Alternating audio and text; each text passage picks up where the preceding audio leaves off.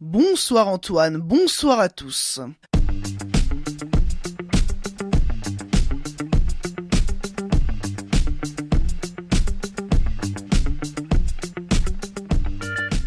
La parabole du bon samaritain a traversé les siècles, elle fait aujourd'hui presque partie de la culture populaire.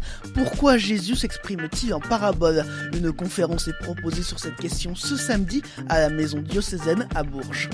Boire un verre en jouant à des jeux de société, plus qu'une mode, un concept qui commence à s'installer un peu partout en France, c'est ce que propose la Tour du Jeu à Bourges, ouvert il y a quelques semaines déjà, l'inauguration officielle a lieu ce vendredi soir. La deuxième édition du festival Humour et Vin commence aujourd'hui à Bourges, au programme Rire et dégustation pour un mélange des genres.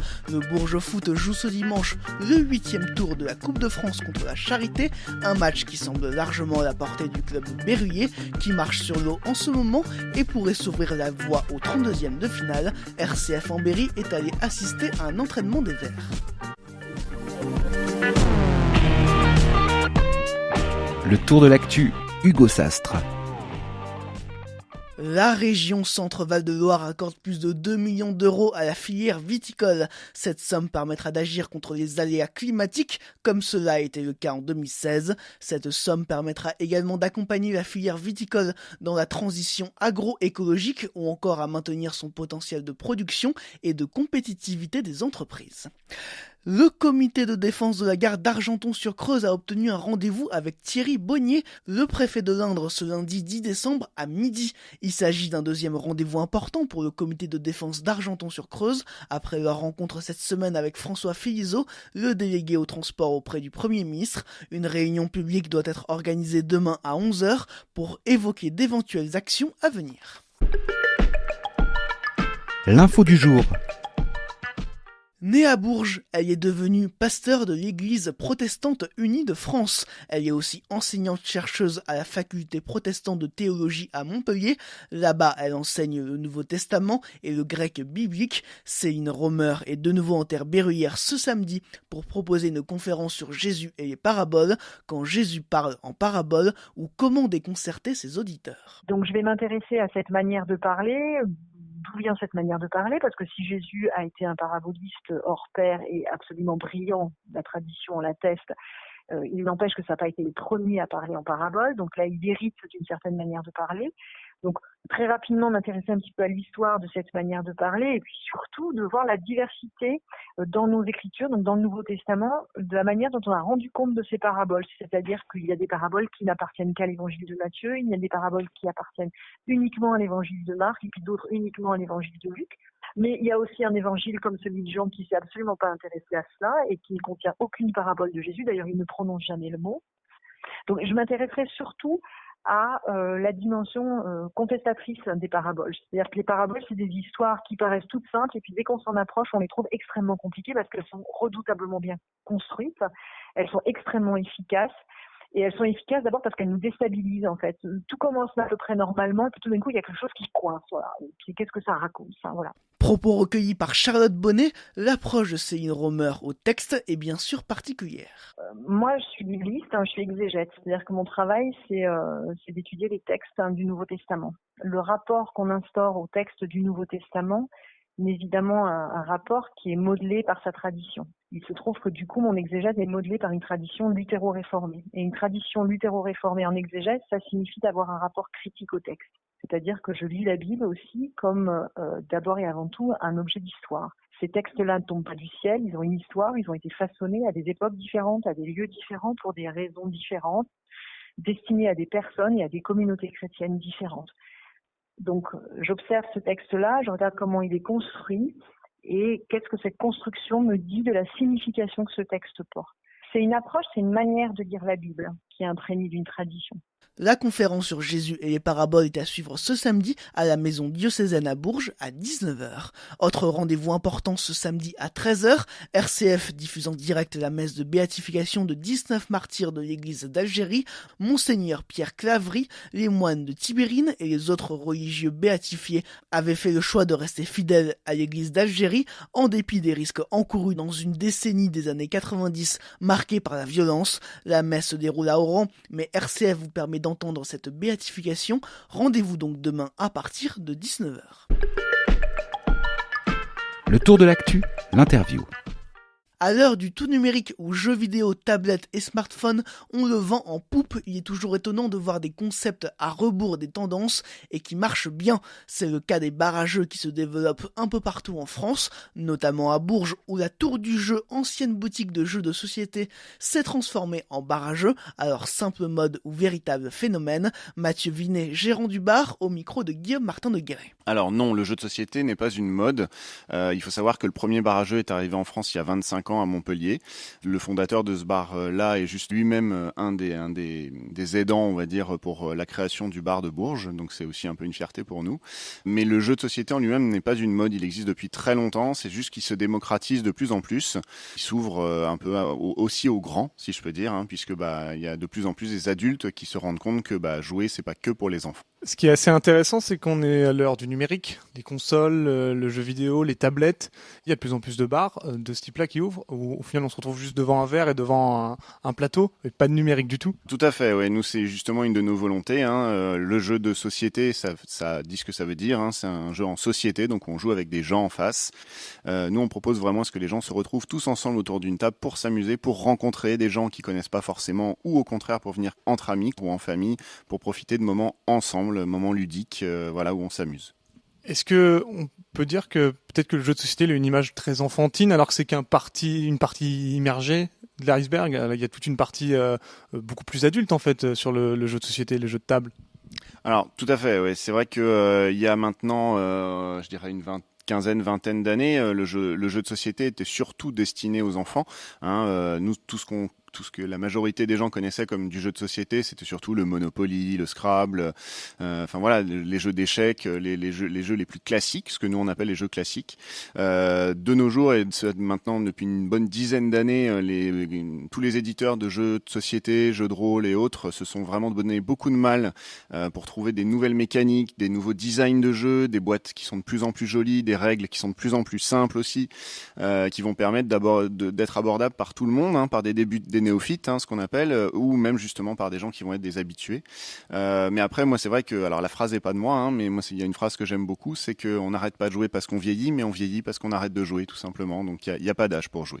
Parlons un petit peu du jeu de rôle papier. Il va y en avoir un petit peu chez vous? Oui, nous, c'est quelque chose que nous-mêmes nous pratiquons régulièrement, donc on y tient assez fortement. C'est quelque chose que nous, on va encourager en laissant une place justement accessible pour ces personnes-là qui veulent faire du jeu de rôle. Le jeu de rôle, il avait une image, il y a peut-être 20 ans, une très mauvaise image auprès du grand public. On en est loin, non? Alors tout à fait, oui, c'est quelque chose maintenant qui s'est, encore une fois, comme le jeu de société, énormément démocratisé. C'est vrai que les gens se sont, je pense, rendus compte que le problème ne venait absolument pas du jeu de rôle, comme le jeu vidéo a pu être très critiqué, comme tout en fait. À partir du moment où on utilise mal un médicament, ça devient quelque chose qui est mauvais. Donc même quelque chose qui est très très bien en fonction de comment on l'utilise. Ça va avoir des conséquences hélas très tristes. Le jeu de rôle justement, lui maintenant continue sa progression de la même manière que le jeu de société, se démocratise de plus en plus, avec de plus en plus d'univers, des univers de plus en plus beaux. Enfin voilà, il y a vraiment énormément de choses qui se mettent en place. Je pense que les gens en sont revenus un petit peu de cette peur du jeu de rôle. L'inauguration de la Tour du Jeu, c'est ce soir à 18h30 au 65 bis boulevard Gambetta à Bourges, à tester en famille ou entre amis. Le coup d'œil à la presse locale. Une cinquantaine d'Indriens ont décidé de se mobiliser pour dénoncer les effets du glyphosate. Pour cela, ils souhaitent faire analyser leur urine afin de détecter la présence de l'herbicide. Il s'agit de la suite d'une initiative lancée en Ariège par des faucheurs d'OGM. Indre Nature et Vigilance OGM 36 prennent ainsi le relais au niveau local. Un rassemblement est par ailleurs prévu ce vendredi à 18h30, place de la République à Châteauroux. Le forum de l'orientation de Bourges annulé. Il devait se tenir ce vendredi 7 et ce samedi 8 décembre. En cause les manifestations lycéennes des derniers jours contre la réforme de l'enseignement supérieur et contre Parcoursup, ce nouveau portail d'orientation post-bac. Ce vendredi, les lycéens de Bourges étaient de nouveau mobilisés. Partis du lycée Alain Fournier, ils se sont ensuite rendus au lycée Jacques Coeur, puis devant l'établissement Pierre-Émile Martin. Une cave du XVIIe siècle découverte dans le sous-sol de l'îlot Victor Hugo alors que le site est en travaux. Les archéologues ont mis au jour une porte de pierre. Si dans un premier temps cette découverte pouvait laisser imaginer une entrée vers un réseau de galeries, il n'en est rien. La porte donne donc sur une cave construite au XVIIe siècle et comblée entre le XIXe et le XXe siècle, accessible par un escalier. Elle constituait le sous-sol d'une grande demeure de la rue Moyenne, d'ailleurs visible sur des plans du XIXe siècle. Les archéologues ont effectué des prélèvements avant de laisser les entreprises de terrassement détruire la porte de pierre. Aucun retard dans les travaux n'est prévu. Pour rappel, la fin des travaux de l'îlot Victor Hugo de Bourges sont prévus pour le 31 mars 2019. Le projet a coûté 1,6 million d'euros. Le festival Humour et Vin de Bourges est de retour pour une deuxième édition. Au programme de belles têtes d'affiche, Tanguy Passureau, Giedré ou encore Didier Begnureau pour les rires. Côté vin, ça se passe au Palais Jacques-Cœur demain. Des vignerons locaux et de toute la France seront présents pour un salon. Un mélange des genres entre rire et dégustation. Doit-on comprendre qu'il faut boire pour rire? Hélène Éméré, directrice du festival, au micro de Guillaume Martin de Guéret. On n'est pas du tout obligé de boire pour rire, mais il se trouve qu'on a estimé que le vin était un autre très très bon vecteur de bonne humeur et que nous sommes dans une région viticole qu'on voulait représenter et les deux nous paraissaient aller très très bien ensemble. Le concept séduit énormément, marier l'humour et le vin plaît vraiment et aux partenaires et au public. L'objectif c'est de faire venir dans notre région des tournées d'artistes confirmés ou des valeurs montantes actuelles de l'humour. Et donc de participer au rayonnement de notre région. On donne à voir des têtes d'affiche, la nouvelle scène créative parisienne, qui avait tendance à ne pas passer chez nous. Le festival mise aussi sur les jeunes talents en organisant un tremplin le samedi après-midi au Théâtre Jacques. Le gagnant sera invité l'an prochain, c'est le cas de Douy qui avait gagné l'an dernier et qui ouvre ce soir le festival avec son spectacle L'addiction c'est pour moi. Rendez-vous à la salle du Duc Jean à 20h30. Faisons à présent un point sport maintenant avec le Bourges Basket qui affronte ce samedi le club de Montpellier qui pointe à un petit point des Berruyères au classement. Les Tangos sont toujours deuxième du championnat à égalité de points avec Lyon. Coup d'envoi à 20h au Prado. Le Bourges Foot a quant à lui rendez-vous avec son histoire ce dimanche pour le 8e tour de la Coupe de France. Le leader du championnat de National 3 qui marche sur l'eau en ce moment affrontera la Charité, un club avec plus de difficultés en ce moment. Même si la victoire semble à leur portée et que les Berruyers pourraient s'ouvrir la voie vers un 32e de finale historique, il faudra être prudent ce dimanche. Même si on pouvait craindre un report dû aux événements de ces derniers jours, la rencontre aura bien lieu. Elle a cependant été décalée et se jouera au stade des Sennets à Varennes-Vauzelles, l'écrin du FC Nevers 58. Le Bourges Foot est-il prêt pour un tel événement? Guillaume Martin de Guéret est parti les observer à l'entraînement. On y va. Ouais, bien joué. Joe, venez pas face à votre but. Sous les ordres du coach Laurent Di Bernardo, les joueurs du Bourges Foot s'appliquent à réaliser les exercices demandés sur leur terrain d'entraînement au Crêpes. On travaille le jeu au sol, les centres et les transmissions avec sérieux, l'esprit peut-être déjà tourné vers la Coupe de France. Séduisant leader du championnat, le club berruyer produit un jeu attractif et résolument tourné vers l'avant. L'offensif, c'est la philosophie du coach qui imprime sa patte à son équipe, sûrement pas étranger à cette première partie de saison en boulet de canon. C'était aussi un secteur sur lequel on a beaucoup recruté. Après, c'est une philosophie qu'on doit avoir, qu'on doit transmettre aux joueurs. Je suis quelqu'un qui préfère gagner un match 5-4 plutôt que 1-0. C'est ma philosophie. Le bilan comptable du club est impressionnant. 30 buts marqués à 11 journées, meilleure attaque du championnat, 9 buts encaissés, la tête du classement et une qualification historique pour le 8e tour de la Coupe de France. Il y a cependant toujours des axes d'amélioration pour Laurent Di Bernardo. Au niveau de la maîtrise du jeu, où des fois on est encore même, si c'est ma philosophie, porté un peu trop rapidement sur l'avant, il faut être capable de trouver des décalages au milieu de terrain, être un peu plus patient dans notre temps de préparation. On a beaucoup de vitesse devant, donc des fois on se précipite un peu pour apporter le ballon rapidement devant, alors qu'on devrait maîtriser un peu plus, avoir des décalages. Après, globalement, sur tout ce qu'on fait depuis le début du championnat, je suis satisfait et on est dans la bonne direction. La saison déjà bien entamée, le Bourges Foot est solidement installé à la place de leader. S'appuyant sur l'un des plus petits budgets du championnat, le club a pris l'expression « l'argent ne fait pas le bonheur » au pied de la lettre et dispose d'un beau matelas d'avance sur ses concurrents directs. Forcément, la montée est dans toutes les têtes.